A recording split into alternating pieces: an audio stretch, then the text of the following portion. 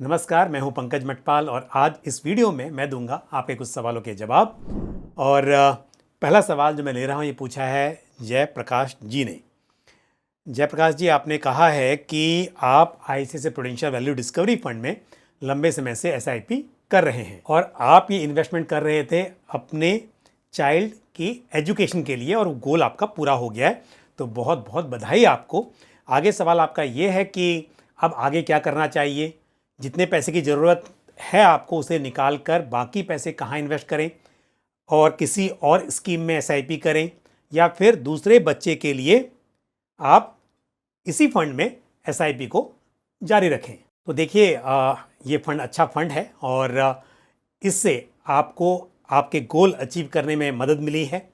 और यदि आपके पोर्टफोलियो में और भी फंड्स हैं और ये उनमें से एक फंड है, तो मेरी राय तो ये है कि आप अपना निवेश इस फंड में जारी रखिए, क्योंकि वैल्यू स्टाइल वाले फंड की कैटेगरी में ये अपने आप में एक बेहतरीन फंड है। तो जो बाकी पैसा बचा है वो भी निवेशित रहेगा और साथ में आगे की एसआईपी भी इस स्कीम में जारी रह सकती है। अगला सवाल जो मैं ले रहा हूँ ये पूछा है विक्रम कुमार दास मोहपात्रा ने।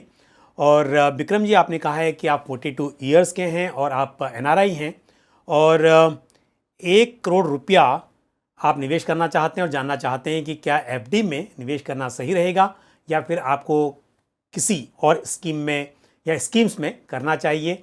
साथ ही आप ये भी चाहते हैं कि निवेश पर टैक्स कम लगे। तो देखिए, यदि आप अपने एनआरई अकाउंट से एफडी में इन्वेस्ट करते हैं, यानी कि एनआरई डिपॉजिट्स आप करते हैं, तो उस पर जो रिटर्न मिलता है वो टैक्स फ्री होता है। लेकिन क्योंकि फिक्स डिपॉजिट है तो रिटर्न्स आप जानते हैं कि वो बहुत अट्रैक्टिव नहीं होते हैं और देखा जाए तो लॉन्ग टर्म में इन्फ्लेशन को बीट करने में भी कामयाब नहीं रहते हैं। वहीं यदि आप दूसरे इंस्ट्रूमेंट्स में इन्वेस्ट करेंगे और यदि हम बात करें रिटर्न्स की, तो हम जानते हैं कि लॉन्ग टर्म में इक्विटी एक ऐसा एसेट क्लास है जहां पर बेहतर रिटर्न्स की उम्मीद की जा सकती है। गोल्ड में भी आप इन्वेस्ट कर सकते हैं। तो मेरे हिसाब से आप थोड़ा पैसा एनआरई डिपॉजिट्स में रख सकते हैं। रिटर्न्स कम मिलेंगे लेकिन टैक्स फ्री मिलेंगे। और क्योंकि अगर आप बैंक में एनआरई डिपॉजिट्स करते हैं तो आपको पता है कि यहाँ पर पैसा आपका सेफ भी रहेगा, तो थोड़ा पैसा यहाँ पर डिपॉजिट किया जा सकता है। लेकिन यदि आपके पास 1 करोड़ रुपए हैं तो मैं कहूँगा कि आप 10-15 लाख रुपए एनआरई डिपॉजिट्स में रख सकते हैं, लेकिन बाकी पैसे आप म्यूचुअल फंड्स में इन्वेस्ट करेंगे तो ये बेहतर होगा। और म्यूचुअल फंड्स में ऐसा नहीं है कि आपको पूरा पैसा इक्विटी फंड्स में इन्वेस्ट करना है।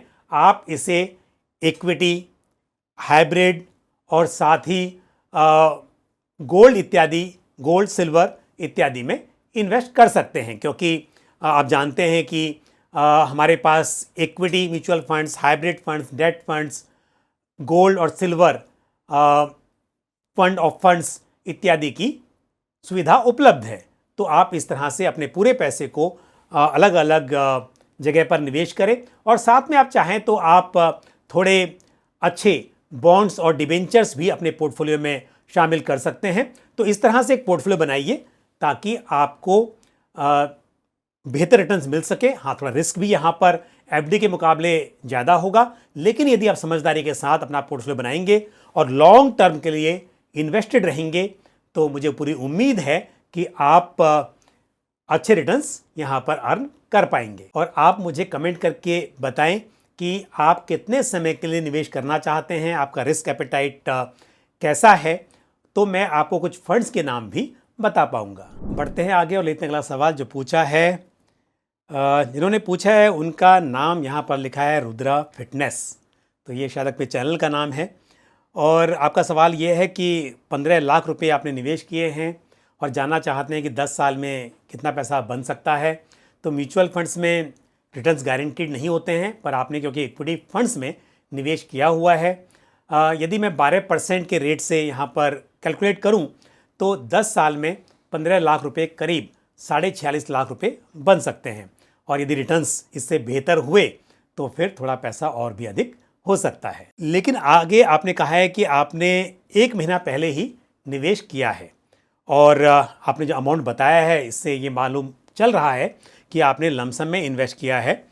SBI long term equity fund में आपने 3 लाख रुपए निवेश किए हैं।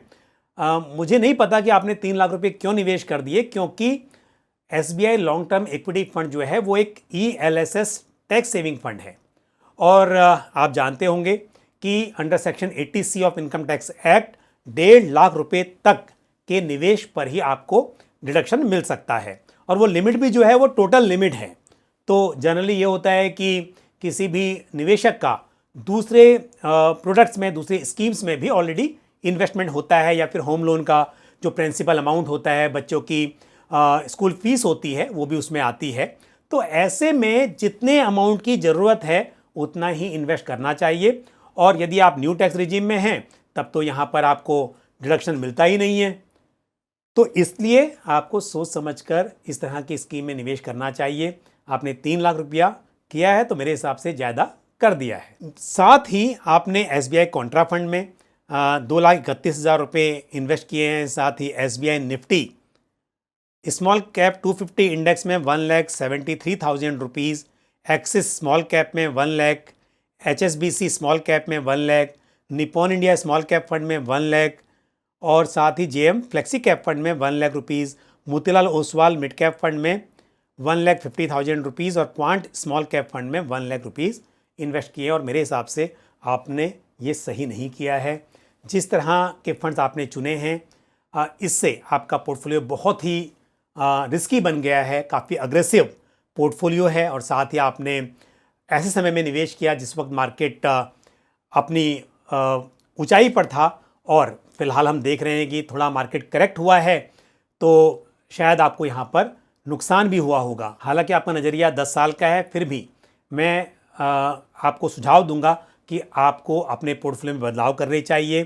थोड़े से फंड्स आपको बदलने चाहिए, यानी कि आप स्मॉल कैप में थोड़ा सा एक्सपोजर कम करें, लार्ज कैप में बढ़ाएं और साथ ही इस वक्त के हिसाब से यदि आप हाइब्रिड फंड्स को अपने पोर्टफोलियो में शामिल करेंगे, यानी कि ऐसा फंड जिसका इक्विटी और डेट दोनों में इन्वेस्टमेंट हो, उसमें चाहे आप अग्रेसिव हाइब्रिड फंड को कंसिडर करें या फिर आप डायनेमिक एसेट एलोकेशन फंड्स रखें, तो ये बेहतर साबित हो सकता है। अक्सर मैंने देखा है कि निवेशक रिसेंट में जो एक्सपीरियंस रहा है उसके हिसाब से अपना पोर्टफोलियो बनाते हैं या उस तरह की स्कीम में इन्वेस्ट करते हैं। यदि हम देख रहे हैं कि पिछले कुछ समय से इक्विटी मार्केट बहुत अच्छा परफॉर्म कर रहे थे, तो अब निवेशक अधिक से अधिक इक्विटी फंड्स में इन्वेस्ट कर रहे हैं और उन फंड्स में कर रहे हैं जिन्होंने पिछले कुछ समय में बेहतरीन परफॉर्म किया है।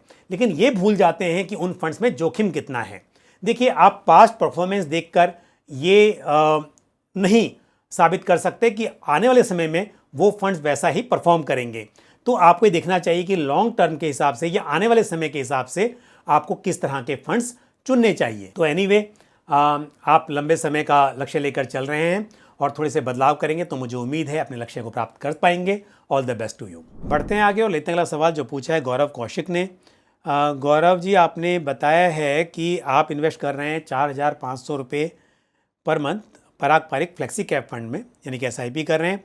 मेरे एसेट ELSS टैक्स सेवर में 2,000 rupees per month, axis small cap में 2,000, मोतीलाल ओसवाल मिड कैप में 1,500, ICICI prudential small cap 250 index fund में 500 रुपीज़। साथ ही पारंपरिक ELSS टैक्स सेवर में 2,500 पर मंथ की SIP आप कर रहे हैं। तो कुल मिलाकर 13,000 रुपये की आप SIP कर रहे हैं और आपका गोल है 5 साल में 1 करोड़ रुपए। और आप साथ में जानना चाहते हैं कि आपको कितने अमाउंट की SIP करनी चाहिए और क्या आपको कोई लार्ज कैप या मिड कैप फंड भी ऐड करना चाहिए। तो मिड कैप फंड तो ऑलरेडी आपके पास है और लार्ज कैप आपके पास नहीं है, लेकिन पारंपरिक फ्लेक्सी कैप फंड का मेजर एलोकेशन लार्ज कैप में ही है, तो वो भी चलेगा।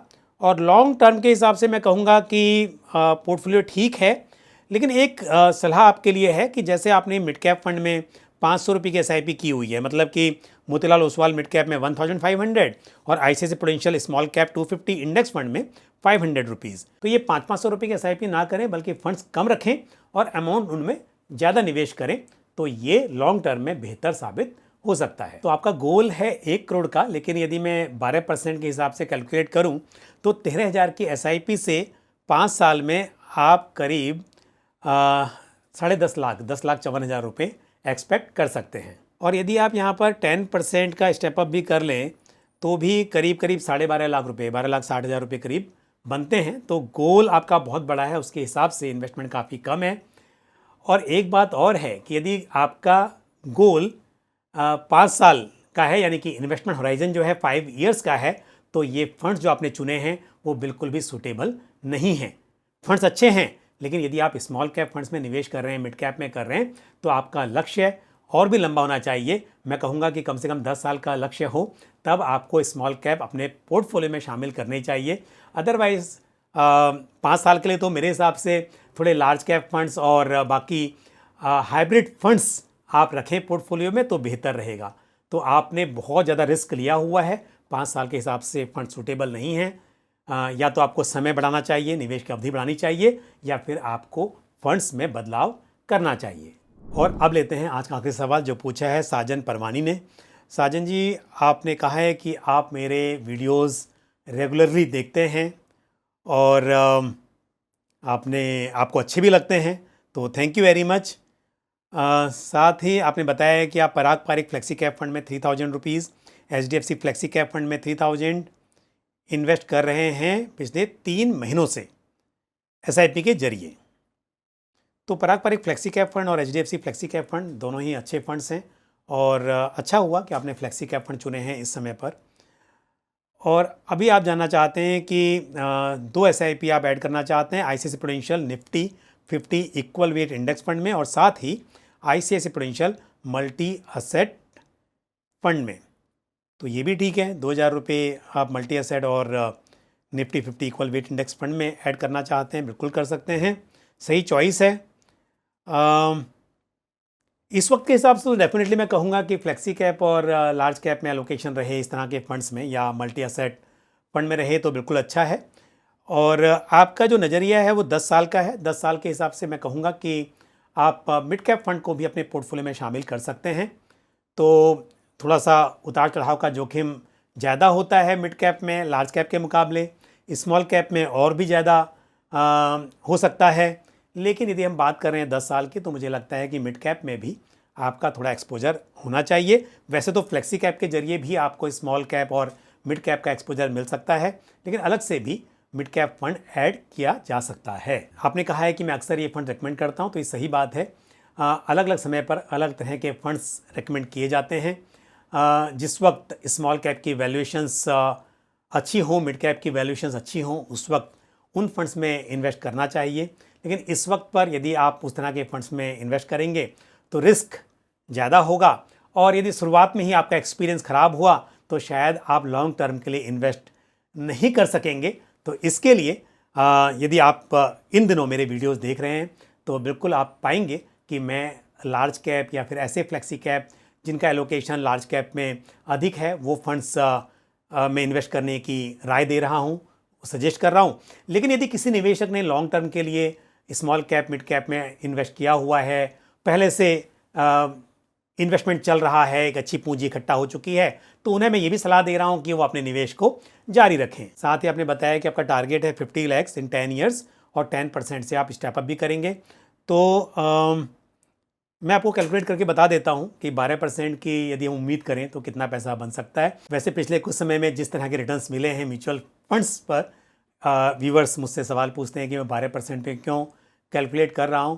तो देखिए, ये रिसेंसी बायस होता है कि शॉर्ट टर्म में जो एक्सपीरियंस होता है उसे देखकर आप कोई धारणा बना लें या कोई चीज़ें एज्यूम कर लें।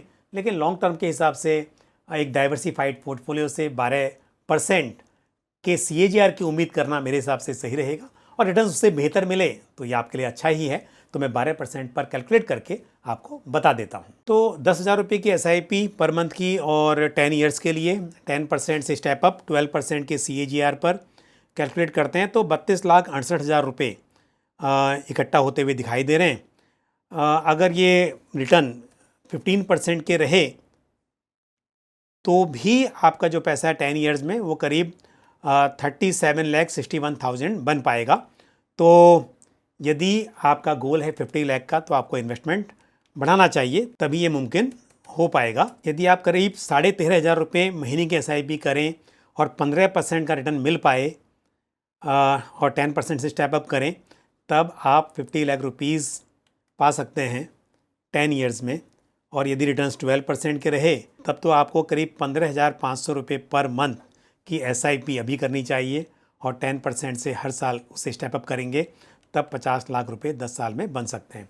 तो या तो आपको निवेश की राशि बढ़ानी होगी, इन्वेस्टमेंट अमाउंट बढ़ाना होगा, या फिर यदि निवेश की अवधि ज़्यादा हो, इन्वेस्टमेंट होराइजन जो है वो लंबा हो, तो क्योंकि लॉन्ग टर्म में कंपाउंडिंग का बेनिफिट ज़्यादा मिल सकता है, तब आप अपना गोल आसानी से अचीव कर सकते हैं। तो फिलहाल के लिए ये राय है कि आप निवेश जितना अधिक हो सके उसे बिल्कुल बढ़ाएं। All the best to you. तो आज इस वीडियो में मैंने आपके कुछ प्रश्नों के उत्तर दिए। मुझे उम्मीद है ये जानकारी आपको पसंद आई होगी। आपके सवाल और सुझाव जो भी हों, आप इसी तरह से कमेंट बॉक्स में पोस्ट करते रहें। आज के लिए बस इतना ही। मुझे दीजिए इजाज़त। अगले वीडियो में फिर किसी इंपॉर्टेंट टॉपिक के साथ या आपके सवालों के जवाब के साथ आपसे मुलाकात होगी। Thank you. जय हिंद। म्यूचुअल फंड निवेश बाजार जोखिमों के अधीन है। योजना से संबंधित सभी दस्तावेजों को ध्यान से पढ़ें।